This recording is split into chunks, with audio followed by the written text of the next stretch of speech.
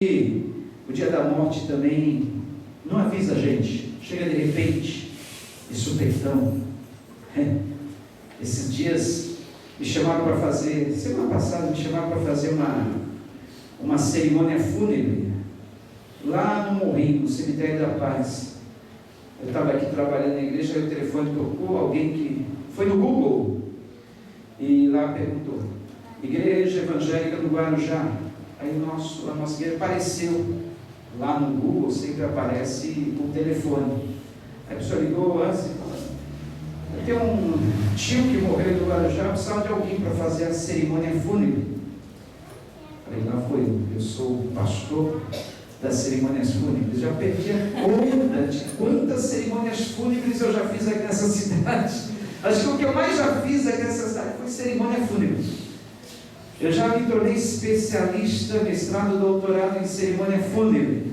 Até falei para a Sandra, Deus sabe quem escolhe, porque eu faço com uma naturalidade tão incrível. Falei, para mim o caixão se torna um púlpito.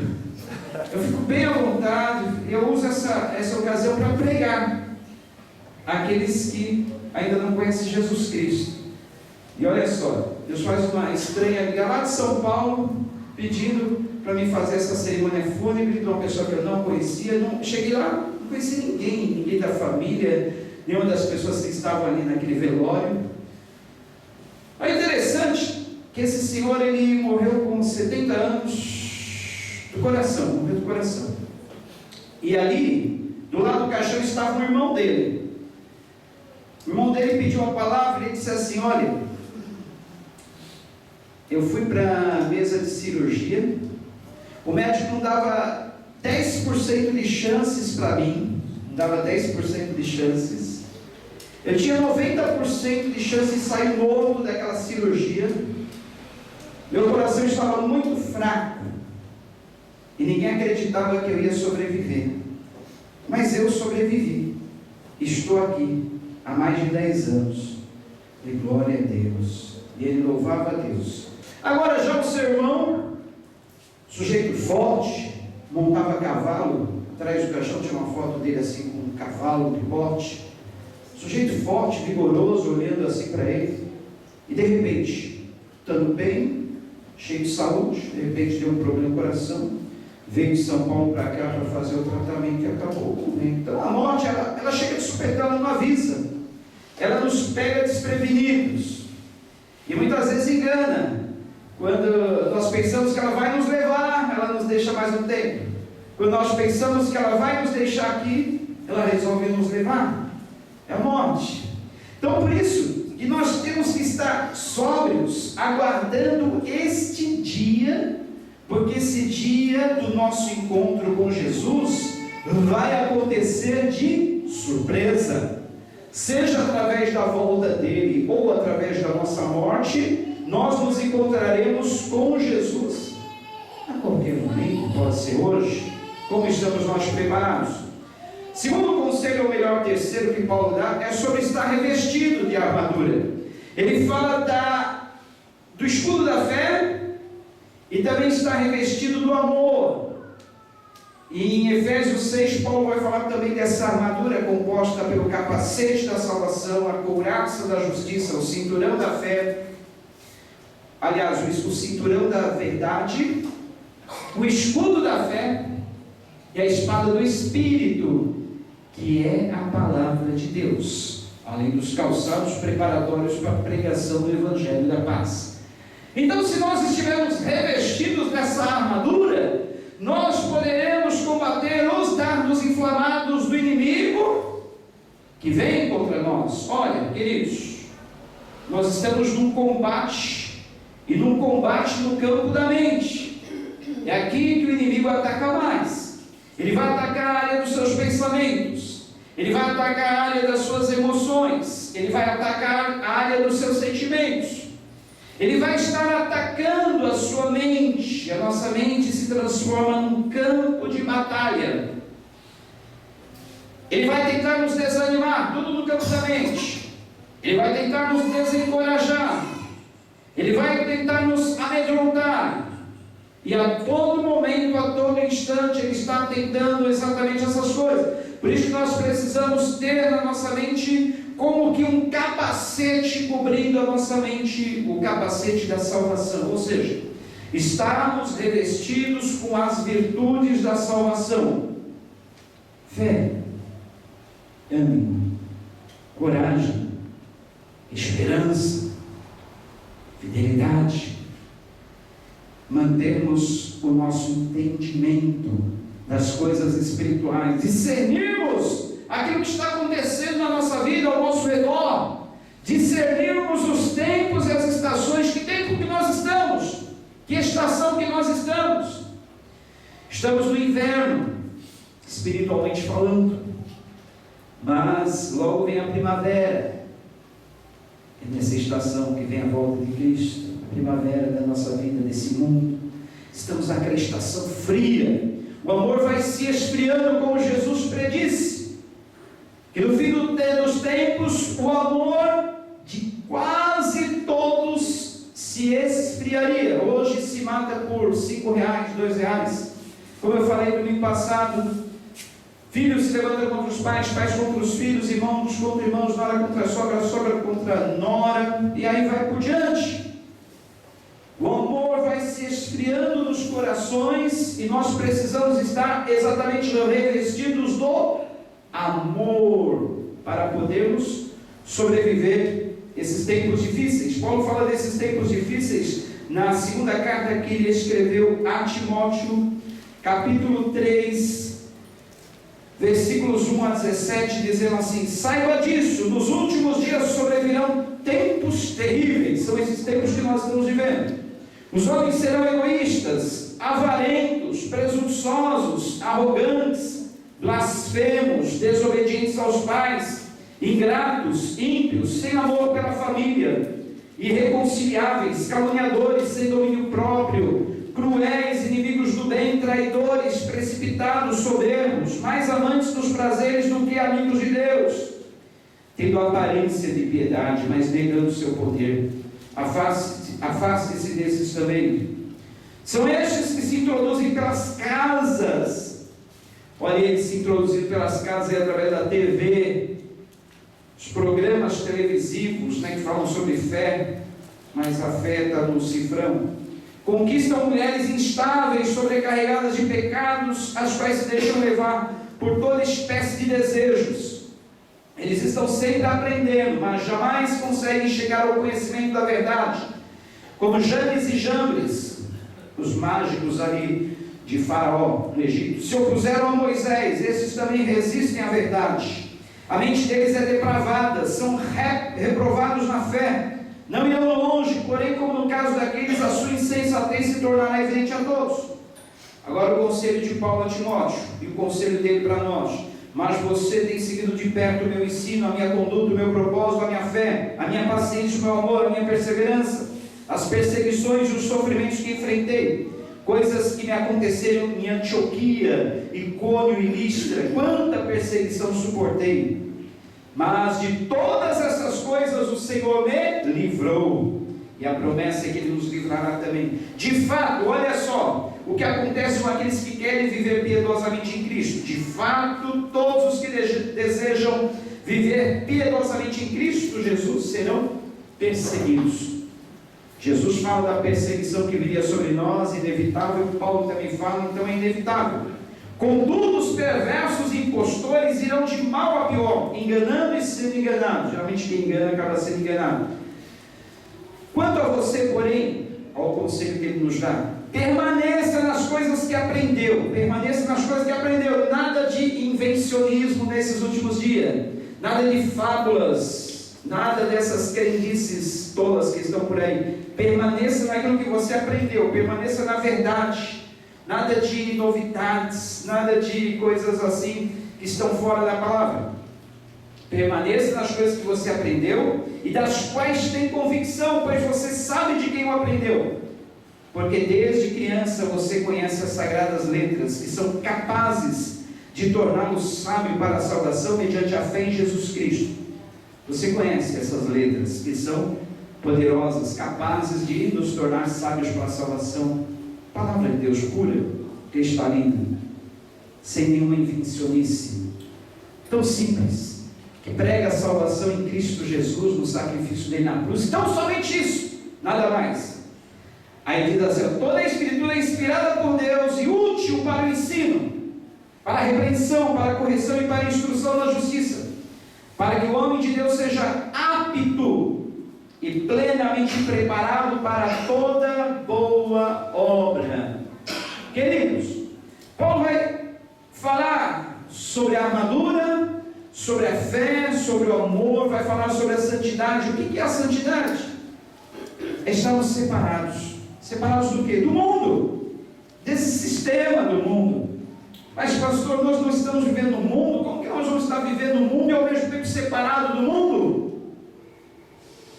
Estar separado do mundo é não estar envolvido com as coisas do sistema desse mundo, é não se envolver com as práticas pecaminosas do mundo.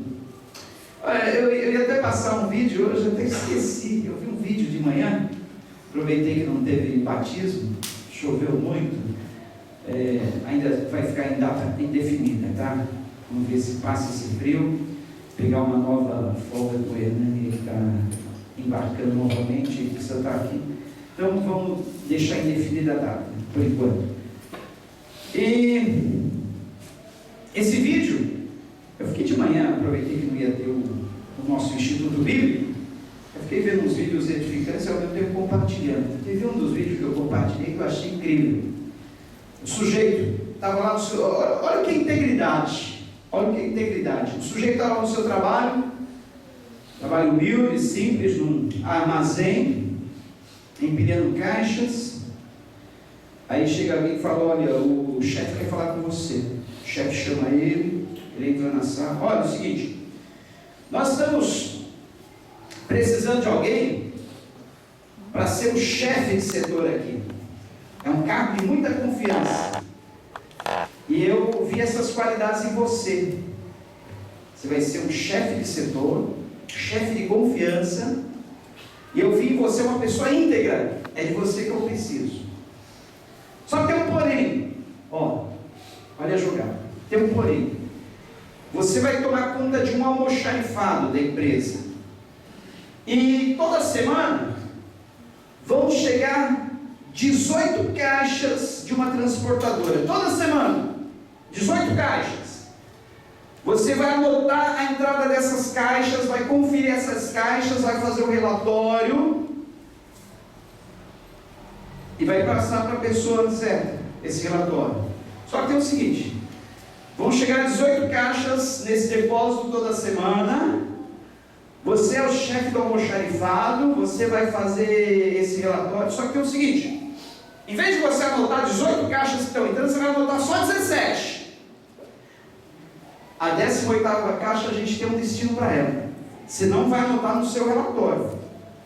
Aí o rapaz, que era um cristão, ele ficou pensando: vão chegar toda semana 18 caixas, eu terei que fazer um relatório do que chegou e armazenar essas caixas, e nesse relatório eu tenho que escrever 17 caixas, isso, mas vai chegar 18, isso. O rapaz percebeu, né, que tinha alguma coisa errada, tinha uma corrupção aí no meio, tinha um ato desonesto. Mas aí o chefe dele falou: olha, eu não quero a resposta agora, eu quero que você vá para casa e amanhã você dê a resposta, se você aceita ou não essa nova função, esse novo cargo. Tá bom. O pai foi para casa, falou com sua esposa: olha, estranho, o chefe fez uma proposta de uma promoção, eu vou ganhar o dobro do que eu estou ganhando na minha função, só que eu vou ter que fazer uma coisa que parece estar meio errada. Vão chegar 18 caixas por semana, eu vou ter que anotar 17. Não sei não, isso está me cheirando mal. Acho que eu não vou aceitar essa proposta não. Vou continuar ganhando o pouco que eu estou ganhando e vou permanecer na minha função honestamente. E no dia seguinte ele chega lá para o seu chefe e diz: olha, já tenho a resposta. Eu não quero esse cargo, eu não quero essa promoção, mesmo que eu ganhe um dobro.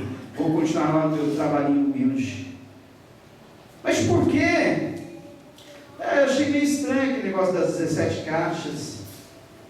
Aí o chefe levanta da mesa, cumprimenta ele assim com toda alegria: parabéns, você acabou de ganhar a sua promoção. É de você que nós precisamos. É de uma pessoa íntegra assim, é de uma pessoa honesta assim, que eu estava precisando. E você está aprovado. Era uma prova. Está vendo? Se o camarada não fosse nessa hora honesto, não fosse íntegro.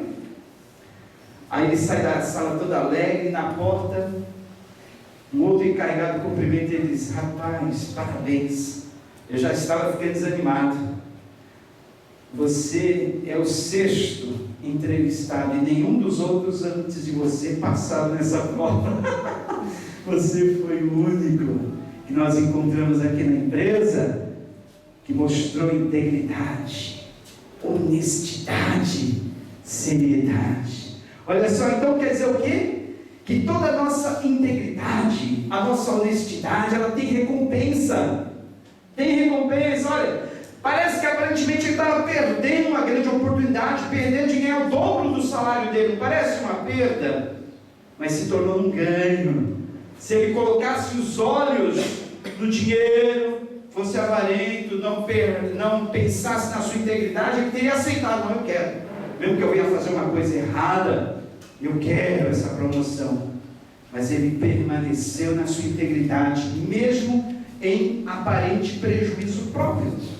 Assim como foi com Daniel na Bíblia, assim como foi José, não trocou a sua integridade. É disso que Paulo está falando, que nós precisamos aqui nesses últimos dias, sermos íntegros, sermos fiéis, sermos sóbrios, vigiarmos, porque o inimigo vai estar a todo momento tentando nos atacar, e principalmente no campo da nossa mente. Ele vai colocar ciladas, tentações em todo o nosso redor, em todo o nosso caminho. Ele vai lançar pepitas de ouro, ele vai lançar joias, tesouros, mas tudo isso é aparência. Por isso que na segunda carta que Paulo escreve aos Coríntios, capítulo 7, vamos ler lá, fala da aparência desse mundo. Segunda carta aos Coríntios 7, 29 a 31.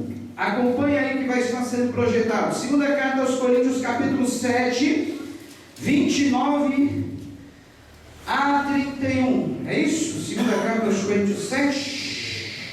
É isso que eu passei aí. Ou primeira, né?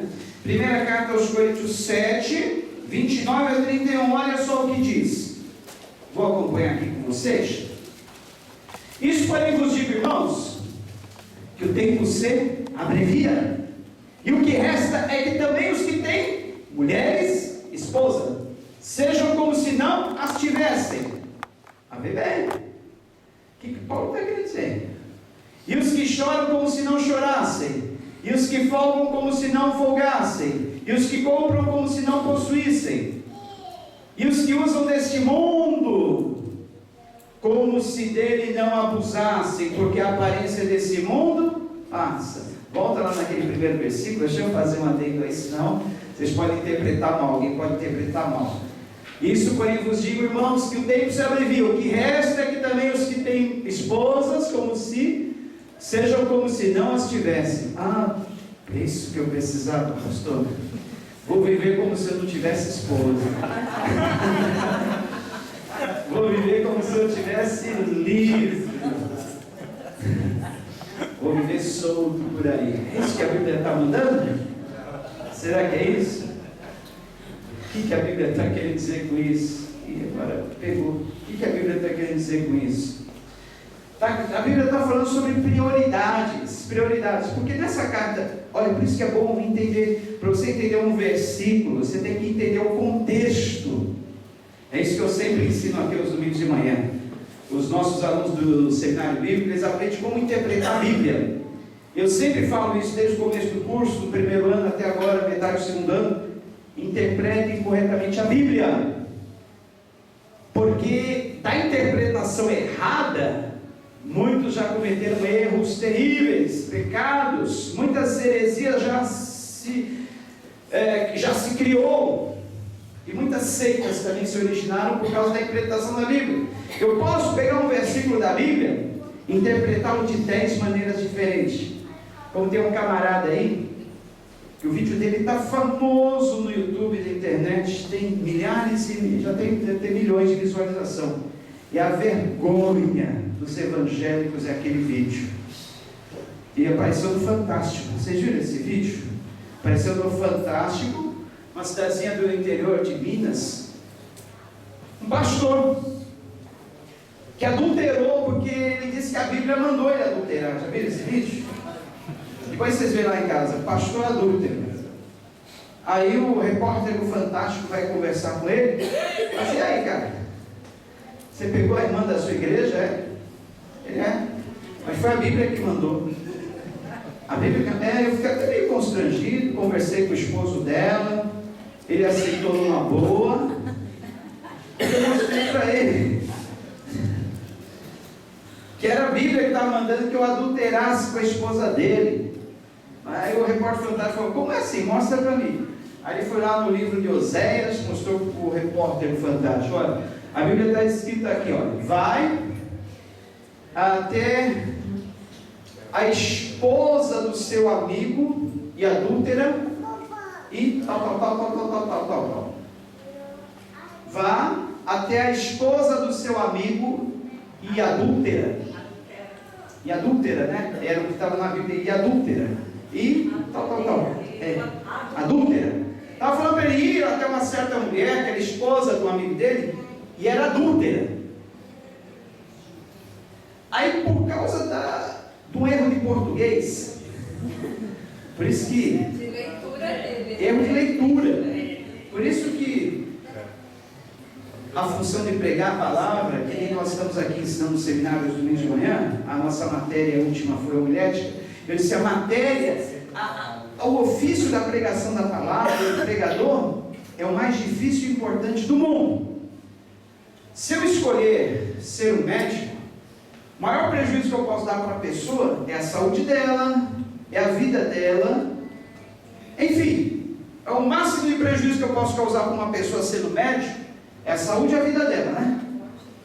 Se eu for um advogado, o máximo de prejuízo que eu posso dar para a pessoa é com relação aos bens materiais dela e a liberdade dela, não é verdade? Eu vou estar prejudicando os bens materiais e a liberdade da pessoa em alguns casos.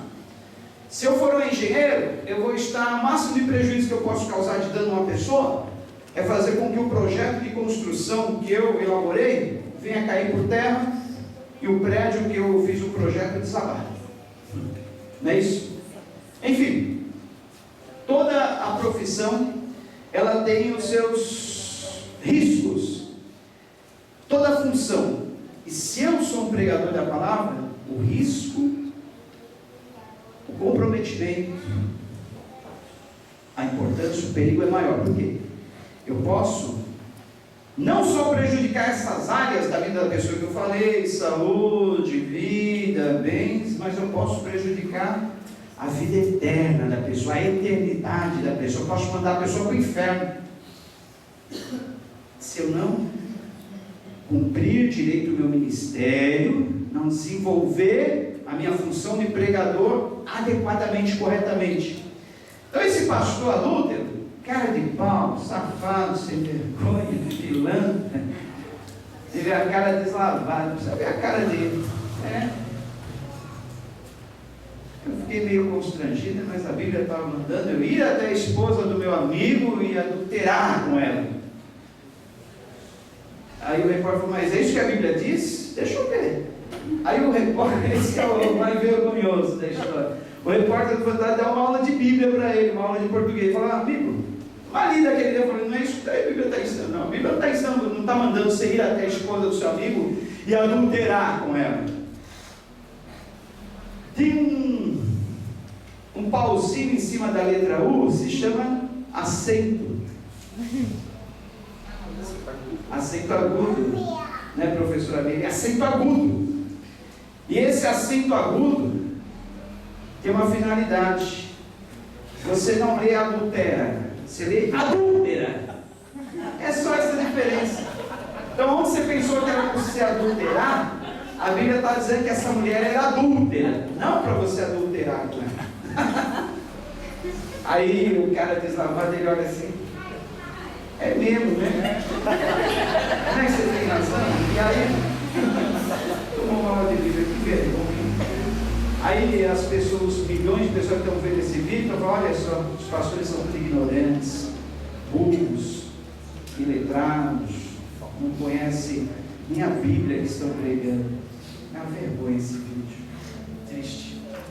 Então, Queridos, nesses últimos tempos temos que vigiar mais do que nunca, sermos sóbrios, prestarmos atenção nas ciladas que vão ser nos apresentadas. Todo dia uma cilada vai estar sendo colocada no teu caminho, no teu local de trabalho. Vigia, na tua casa, no meio da tua família, propostas vão aparecer, muitas dessas propostas indecentes, propostas que você não deve aceitar, e propostas que, se você recusar, aparentemente você vai estar perdendo alguma coisa, mas na verdade você vai estar ganhando, tendo uma recompensa maior. Porque veja bem, em toda a Bíblia nós vemos que a integridade, ela sempre foi recompensada, sempre. Lembram-se da integridade de José? Pensa aí, se José tivesse aceitado a proposta de se deitar com aquela mulher que se ofereceu todinha para ele, o que teria acontecido com ele? Pense nas piores coisas. Ele fatalmente seria levado à prisão de um jeito ou de outro, poderia ter morrido. O marido dela era um sujeito que tinha poder para isso, para matar ele, para levá-lo para a prisão. Poderia perder muitas coisas. Muitas pessoas iam morrer de fome. O destino do mundo estava na mão dele. Ele iria levar o mundo inteiro, praticamente o mundo inteiro fora do Egito, a morrer de fome. Olha quanta coisa não só José perderia, como outras pessoas perderiam. Então, olha, fica a dica: quando nós não somos íntegros, quando nós não somos fiéis, quando nós não somos idôneos, perdemos, deixamos de ganhar, prejudicamos não só a nós, como outras pessoas. Olha a nossa responsabilidade. Na hora, vocês pensam que José não se sentiu tentado? Ah, com certeza. Na hora, porque a tentação não é pecado. Sermos tentados não é pecado. Pecado é cedermos às tentações. Se até Jesus foi tentado em tudo, Jesus foi tentado em tudo. Vocês pensam que Jesus não foi tentado na área sexual? Vocês pensam que Jesus não foi tentado na área financeira? Vocês pensam que Jesus foi tentado em tudo isso? Foi tentado em tudo, a Bíblia diz, em tudo. Satanás tentou ele em tudo, mas em nada ele pecou. Não pecou em nada, nada. Nem por pensamento, nem por ação, nem por olhar, nada. Jesus perfeito em tudo, mas tentado em tudo, sem pecar. Agora pense